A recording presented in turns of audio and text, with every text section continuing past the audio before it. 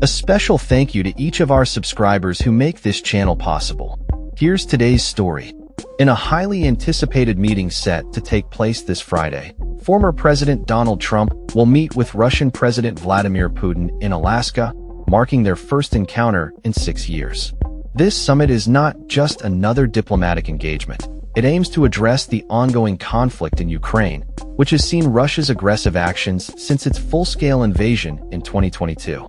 Trump has positioned himself as a potential peacemaker, hoping to leverage his personal rapport with Putin to broker a ceasefire and set the stage for future trilateral talks involving Ukrainian President Volodymyr Zelensky. However, the exclusion of Zelensky from these discussions has raised concerns that any agreements reached may lack legitimacy and could undermine Ukraine's sovereignty. As the two leaders prepare to converge on Alaska, the atmosphere is charged with anticipation and skepticism. Trump has expressed a cautious optimism about the meeting, stating there is a 25% chance it could fail.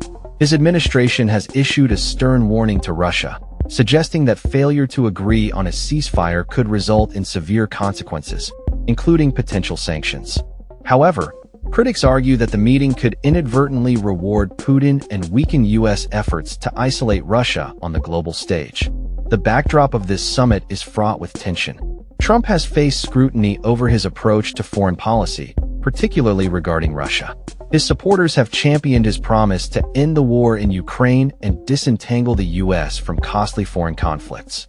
In the lead-up to the summit, Trump has oscillated between a tough stance and a more conciliatory approach, indicating that he may treat the meeting as a listening exercise rather than a negotiation. The geopolitical stakes are high, with Europe caught in a precarious position. European leaders have expressed cautious optimism that Trump will advocate for their interests during the summit. However, Zelensky's exclusion raises alarms, as he has emphasized that any agreements made without Ukraine's input would be meaningless. His administration has been vocal about the potential dangers of territorial concessions, warning that such moves could embolden Russia and lead to further aggression. As the international media descends upon Anchorage, the summit's significance cannot be overstated. Trump's ability to navigate this complex landscape will be closely scrutinized, not only by his domestic audience, but also by global leaders who are watching closely.